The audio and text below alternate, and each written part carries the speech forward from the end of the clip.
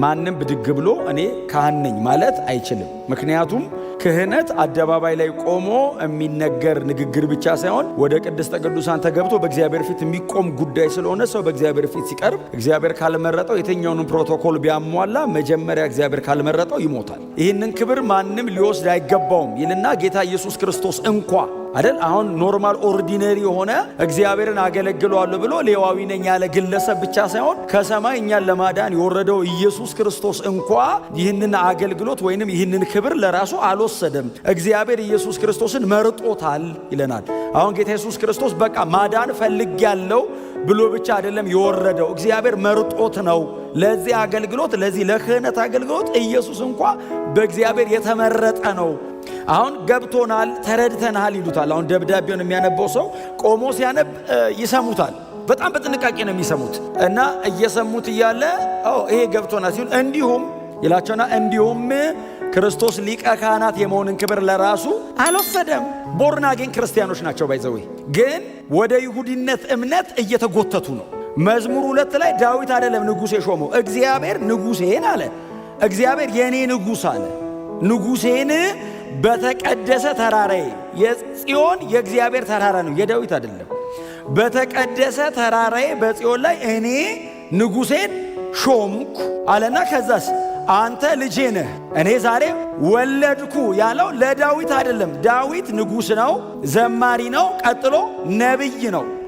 ስለዚህ ጌታ ኢየሱስ ክርስቶስ መምጣቱን ከዚያ በመስቀል መሞቱንና መነሳቱን ጌታ ኢየሱስ ክርስቶስ ስፔሲፊካሊ ይሄ ቃል የሚጠቀመው ትንሣኤ ላይ ነው። አንተ ልጄ ነህ አለ አብ። ኢየሱስን ነው ያለው። ልጄ ያለው ኢየሱስን ነው። እኛ ሲጠራን አንድ ላይ ነው የሚጠራን፣ በተናጠል አይጠራን። አባቶይ ብለህ ስትንበረከክ ልጆቼ።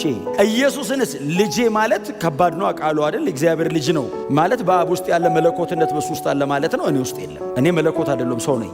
አንተ ልጄ ነህ ሲለው አሴ ቢጎትን በእኔ ውስጥ ያለ ምንም ሳይጎል አንተ ውስጥ አለ አለው። እኔ ዛሬ ወልጄሃለሁ። አሁን ለአይሁድና ለእስራኤል ቤት ብቻ ተወስኖ ነው ብሉይ ኪዳን የተቀመጠው። ኢየሱስ ሲመጣ በክርስቶስ ኢየሱስ በኩል እግዚአብሔር ቦርደር ይጥሳል። ሲቲዝንሺፕ ቋንቋ ምናምን ግን ጥልጥል አድርጎ ጥሎ አሕዛብን ለርስትህ አለው፣ የምድርን ዳር ለግዛትህ። ከትንሣኤው በኋላ የድነት ሥራ ከተጠናቀቀ በኋላ የክህነትን አገልግሎትን ፈጽመ እኔ ደምን ሰማይ ከተቀበልኩ በኋላ አሕዛብ ርስት ይሆናሉ። አሕዛብ የወንጌል ተካፋይ የሆነው ከክርስቶስ መስቀል በኋላ ነው። ከክርስቶስ መስቀል በፊት የለንም። ለአባቶቻችን እግዚአብሔር የሰጠው ተስፋ ነበር። ምን ብሎ ነው የሰጠው ተስፋ? በሁለተኛው መዝሙር ላይ ለአባቶቻችን ተስፋ እግዚአብሔር ሰጥቷል። የእግዚአብሔር ልጅ ይመጣል የሚል የእግዚአብሔር ልጅ ይመጣል ብቻ ሳይሆን እኔ በገባኝ ወይንም የአዲስ ኪዳን አንባቢዎች በገባቸው መጠን ባይሆንም እነሱም ገብቷቸዋል። ዳዊት በእግዚአብሔር መንፈስ ስለሆነ ትንቢቱን የተናገረው በአይምሮ ላይ አውርዶ ማዛመድ ቢከብደውም በተወሰነ መንገድ ግን የመንፈስ ብርሃን አግኝተዋል። ለአባቶቻችን ተስፋ ገብቶላቸዋል። ኢየሱስ እንደሚመጣ፣ እንደሚሞት፣ እንደሚነሳ ተስፋ ገብቶላቸዋል።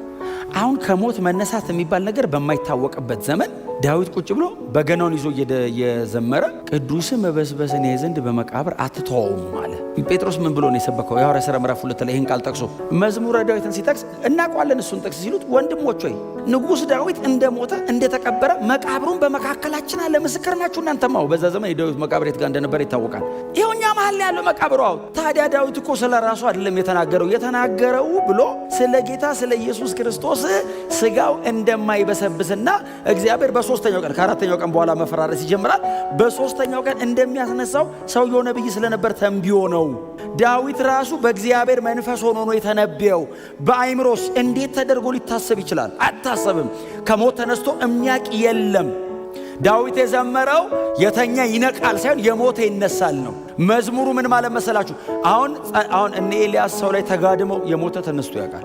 የዳዊት መዝሙር ግን የተኛ መቀስቀስ ሳይሆን ኢየሱስ ከሞት ይነሳል ማለት ሞት ይሸነፋል ብሎ ነው የዘመረው።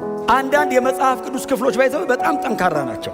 አዲስ ኪዳን ላይ አምጥተው ሲያስገቧቸው ብሉይ ኪዳን ላይ የተጻፉበት መጠኑን አንደርስታንድ የምናደርገው ያኔ ነው።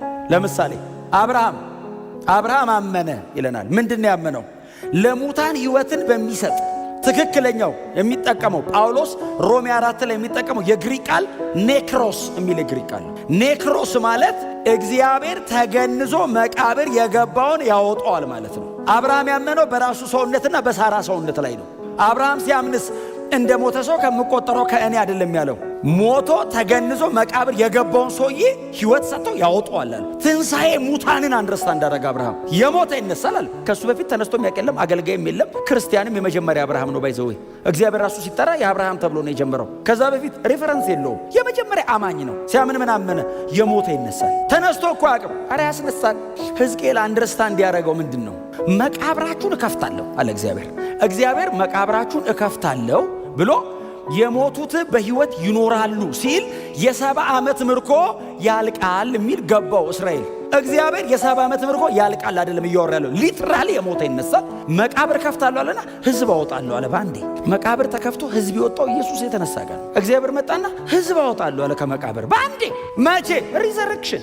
የብሉይ ኪዳን አባቶች ባይዘው በእውነት ነው የምላችሁ ኢየሱስ ስላልመጣ ድምቅ ብሎ አልታያቸውም እንጂ አንደርስታንድ አድርገውታል። ዲዛይኑ ትንሣኤ ሙታን እንዳለ በደንብ ገብቷቸዋል። መቼ ነው እንዴት ነው የሚለውም ጴጥሮስ ነገረን። እናንተ ስለምትቀበሉ ስለዚህ መዳን ትንቢት የተናገሩ እንዴትና በምን አይነት ሁኔታ ሊፈጽመው እንደሚችል አጥብቀው እየመረመሩ ኢየሱስ ከሞት ተነስቶ ለሰው ልጆች ድነት ይታደላል።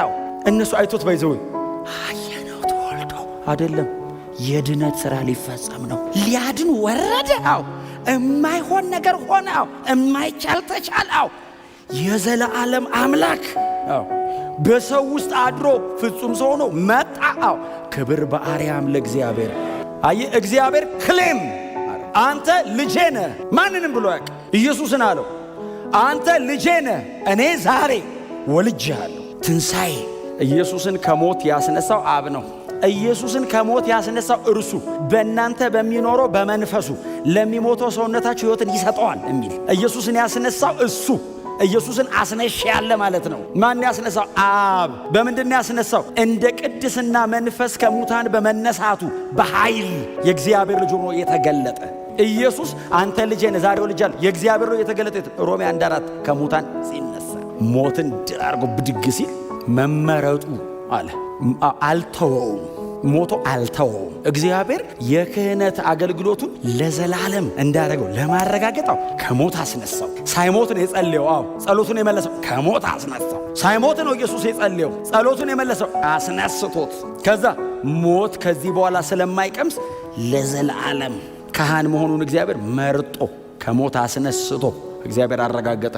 የአምልኳቸው ማዕከል ኢየሱስ ነው። የመላእክቱ አንተ ልጄ ነህ እኔ ዛሬ ወልጄሃለሁ አለ።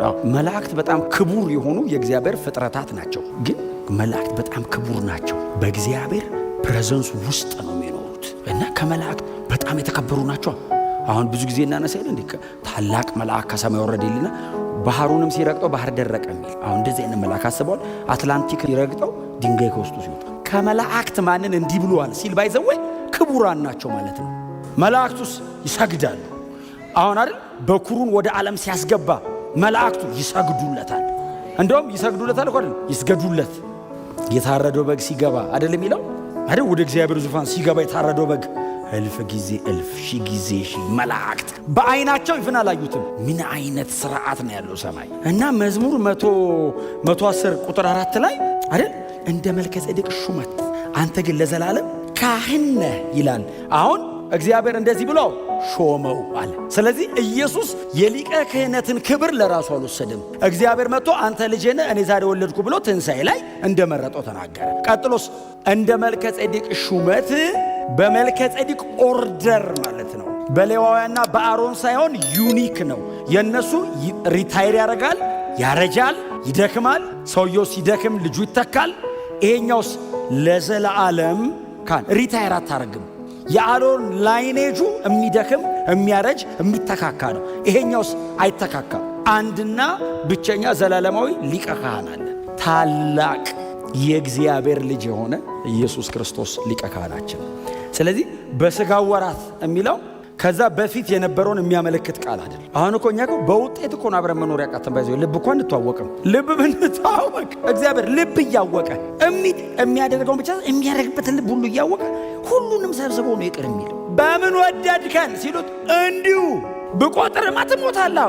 እንዲህ ዝም ብዬ ክፉን መርጬ አመፀኛ ወዳችኋለሁ። ፍጹም ሲሆነው እኔን ለማዳን ነው። ያስደርገዋል? አያስደርግም። የእኛ አመፅና የእኛ ክፋት እንዲያደርግ አያደርግም። ታዲያ እንዴት ሆነ? እንዲሁ እኛ ለመዋደድ የሆነ ነገር ለማድረግ የሆነ ነገር ፈልገን አገናኝተን ነው የምንወደው። እግዚአብሔርስ እንዲሁ ይቻላል? ቻለ፣ አደረገ። ከዛ ጌታ ኢየሱስ ክርስቶስ ከዚህ በኋላ በምድር ላይ በሥጋው ወራት ያሳለፈውን ሲቃይ፣ ምጡን፣ ጭንቁን በዚህ በማቴዎስ ምዕራፍ 26 ላይ ያለውን ሁሉ ያመጣል። ጸሎቱ ተሰማለት የሚለው ያቺ ሌሊት ናት። ባይዘው ያቺ ሌሊት ያሳለፈባትን ነው የሚጽፈው። ወደ ማን የጮኸው? ከሞት ሊያድነው ወደሚችል ኢየሱስ እኮ ነው ጸለየው። የዘላለም አምላክ እኮ ነው እና ተንበርክኮ ማንን ነው የሚማጸነው? ከሞት ሊያድነው የሚችለው። አሁን ወደ እግዚአብሔር ጸለየ እኮ አይደለም የሚለው፣ ከሞት ሊያድነው ወደሚችል ወደ እርሱ። እግዚአብሔር ማን ተብሎ ተጠራ? ከሞት አዳኝ። ኢየሱስስ አዳኝ አለው። ከሞት ሊያድነኝ የሚችለው እሱ ብቻ ነው። ጸሎቱ ተሰማለት ባይዘው እዛ ተንበርክኮ ያማጠቀን የሚያበረታው መልአክ መጥቶ አይደለም፣ ከሞት አስነስቶ ነው ጸሎቱን የሚሰማው። ጸሎቱ የተመለሰው ትንሣኤ ላይ ነው።